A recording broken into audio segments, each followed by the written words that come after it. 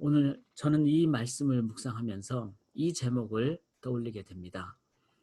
천국은 있다고 우리들은 바라기도 하고 또 믿기도 하지만 지옥에 대해서 우리는 많이 생각을 할까요? 그래서 제목을 천국만 있고 지옥은 없는 것일까요? 이런 제목을 오늘 한번 살펴보기를 원합니다. 저희가 오늘 이사야 34장을 저희가 보고 내일 35장을 보는데 이사야 전체에서 34장은 지옥장, 심판장입니다.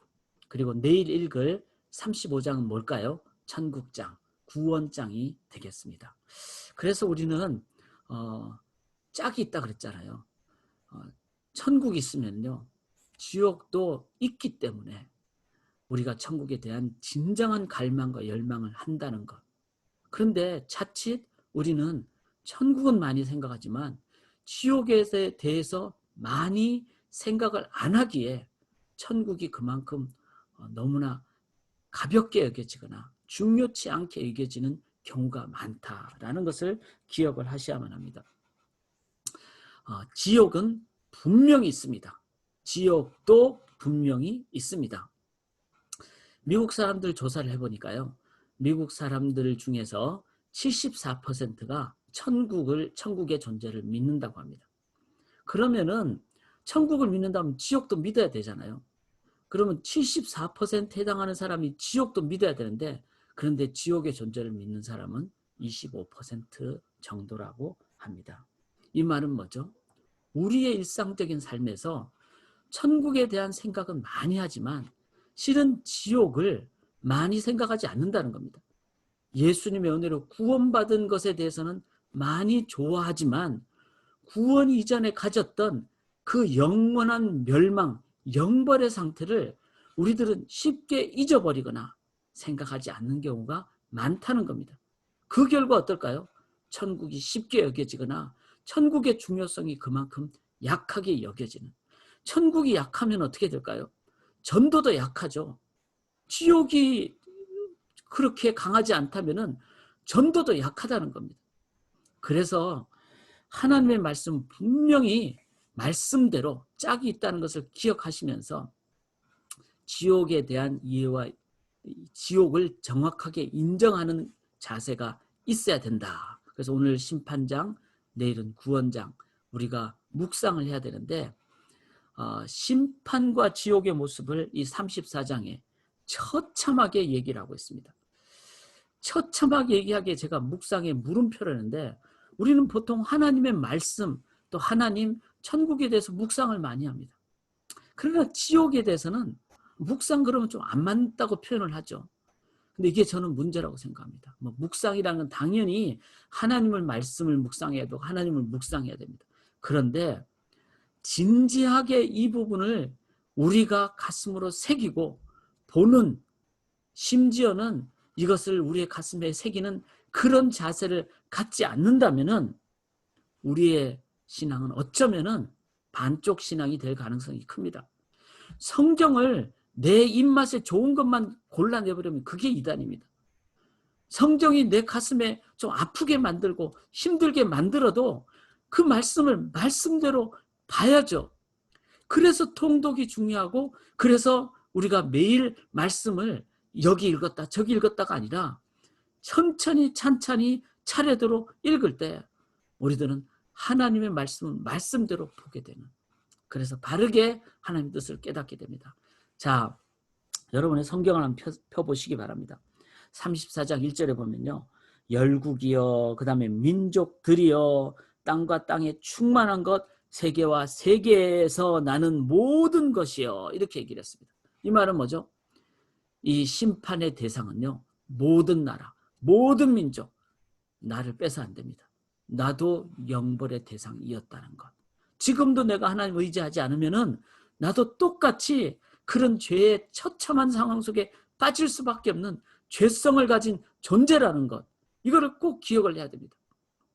모든 나라, 모든 민족, 이 말은 우리가 한 명도 빠짐이 없다는 것 기억하기를 원합니다. 여기 2절에 보시면은 대저 여호와께서 열방을 향하여 진노하시며 그들의 만군을 향하여 분내사 그들을 진멸하시며 이렇게 진멸. 이 진멸이라는 게 우리가 이제 가나안 땅에 들어갈 때 하나님께서 여리고 성의 모든 가축과 심지어는 어린아이까지 다 진멸. 그걸 헤렘 사상이라 그러죠. 헤렘, 하렘 혹은 헤렘. 저는 이 말 읽으면은 참 하나님 너무 무심하시지. 아기들까지. 그런데 영적인 눈을 뜨고 보면 어떻죠? 우리 인간은 아무리 예쁜 아기도 엄마가 조금 먹을 거 안 주면 울고, 그리고 조금 자기에게 어려움이 오면 땡깡 부리고, 인간 속에는요 처절한 죄성이 있습니다. 그렇기에 그 죄는 반드시 죄의 삭은 사망이기 때문에 우리가 죄가 이만큼 진멸돼야 될 상황임을 기억하는 것, 처참한 상황이라는 걸 기억해야 됩니다. 3절을 보시면 그 살육당한 자는 내던진 바 되며 그 사체에 악취가 솟아오르고. 여러분 전쟁에서 막 다 죽이면은 시체가 산무더기처럼 쌓인다는 표현 있잖아요. 이 상황이 그렇습니다. 시체가 쌓이고 쌓여서 악취가 솟아오르는 죄악의 결과가 이만큼 무섭다는 걸 기억해야 됩니다. 4절에 하늘의 만상이 사라지고 하늘들이 두루마리같이 말리되. 여기 말리다라는 표현은요, 여러분 초가 이제 촛불이 타오르면 촛농이 떨어지잖아요. 촛농은요 얼마나 그냥 하염없이 눈물처럼 힘없이 연약하게 툭 떨어지잖아요. 그게 바로 인간이 죄를 짓고 심판을 받게 될 때 갖게 되는 모습입니다. 그만큼 참혹하게 처참하게 그렇게 죄의 심판을 받는 모습이 있다는 거. 5절에 보면 여호와의 칼이 하늘에서 족하게 마셨은즉. 참 이게 시적인 표현인데 그만큼 무섭다는 거죠. 여호와의 하나님의 칼이 하늘에서 마셨다는 말은, 여러분 술을 많이 마시면 술 취해가지고 막 술 취한 사람이 난동을 부르잖아요. 그 술 취한 사람에게 칼이 들려져 있으면 어떡하고요? 막 칼로 막 난도질을 하겠죠. 여호와의 칼이 하늘에서 족하게 마셔가지고 술 취한 사람들이 막 칼을 난도질을 하듯이 하나님이 난도질로 심판을 하신다는 것. 이게 시적인 표현인데 그만큼 심판이 잔혹하다는 것.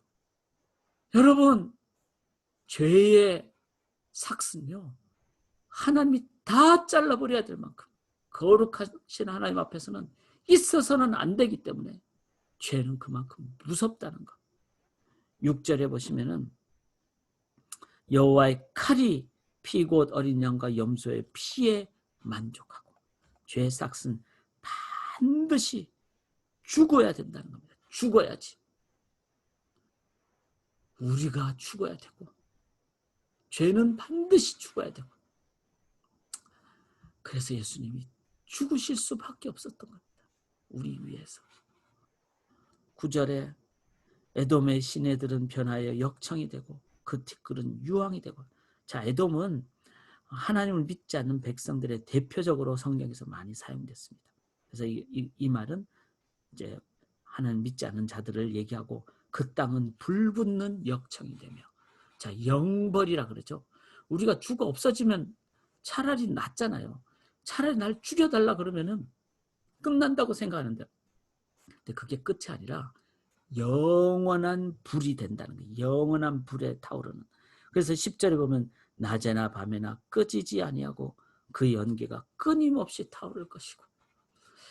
주여, 저희들이 정말로 믿지 않는 분들을 위해서 전도해야 되는 이유가 여기 있습니다. 가까운 분들일수록 영원한 벌을 받는다는 걸 기억하시길 바랍니다. 11절에 당아새와 고슴도치가 그 땅을 차지하며. 자, 이 자연계가 이제 인간의 위치를 차지한다는 거예요. 그러니까 인간들은 어떻게 되죠? 11절에 끝에 보면 그 위에 혼란의 줄과 공의의 줄을 들이오실 것이죠. 인간의 사회는 혼란과 공의, 혼돈이 오고요. 지금 이 바이러스 때문에 우리가 강하다고 생각했는데 인간이 강하지 않은 것을 너무나 깨닫잖아요. 모든 것이 다 지금 막히고 무너지고 혼란이 오고 공허. 뭐가 필요합니까? 외적인 것이 아니라는 것도 깨닫게 됩니다. 12절에 보면 그들이 국가를 이으려 하여 귀인들을 부르되 아무도 없겠고 그 모든 방백도 없게 될 것이고 인간 체계가 다 이제 멸망하는, 없어지는, 그게 바로 심판의 날의 모습입니다. 여기 15절에 보면은 부엉이가 그게 깃들고, 즉 이제는 하나님만이 이제 인간의 심판을 행하심으로 인간의 상황은 세계가 멸망하는 그런 상황이 된다는 것. 오늘 실은 제가 이렇게 묵상이라고 표현했는데 우린 너무 내 눈에 좋은 것만 묵상하기 쉽습니다. 죄를 좀 죄로 읽어야 됩니다. 벌을 벌로 읽어야 됩니다. 그래야만이 우리가 하나님을 향하여 간절한 마음이 됩니다. 이 이사야 34장은 저는 그런 의미에 정말 중요하다고 생각합니다. 오늘 이 내용들을 기억하시면서 우리들이 이 처참한 것을 기억할 때 하나님 도와주세요 라고 구원의 길을 가게 됩니다.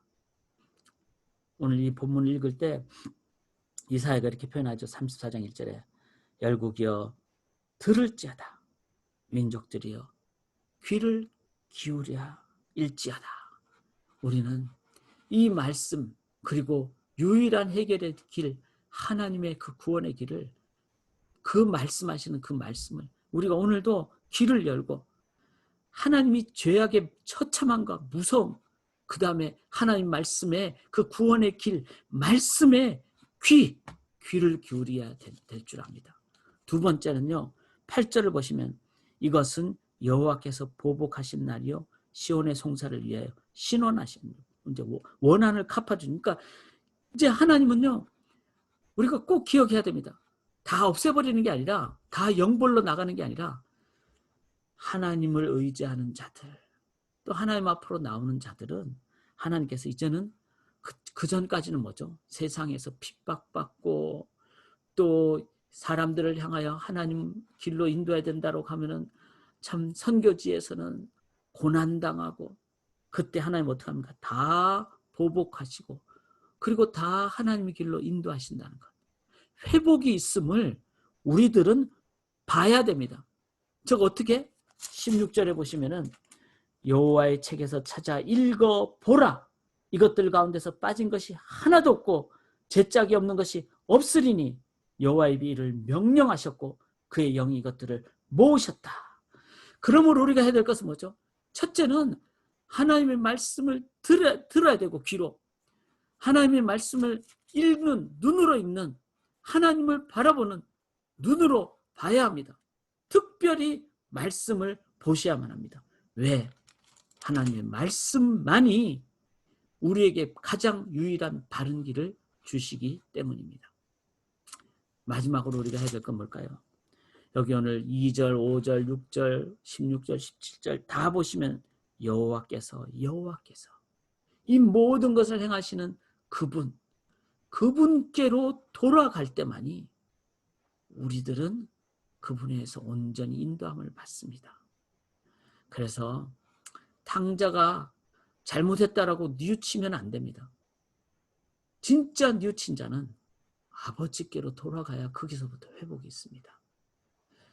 우리가 하나님을 향하여 나아갈 때, 오늘도 예배자로 나아가실 때, 그때 우리는 하나님에 의해서 참된 회복과 구원으로 나가게 될 줄 믿습니다. 귀를 열어 주의 말씀 들으시고 눈을 열어 주의 말씀 읽으시고 우리의 발은 계속 여호와께로 향하는 오늘 귀한 구원 선포의 날이 되시기를 간절히 기원합니다. 내가 주께로 지금 가오니 십자가의 보혈로 날 씻어 주소서.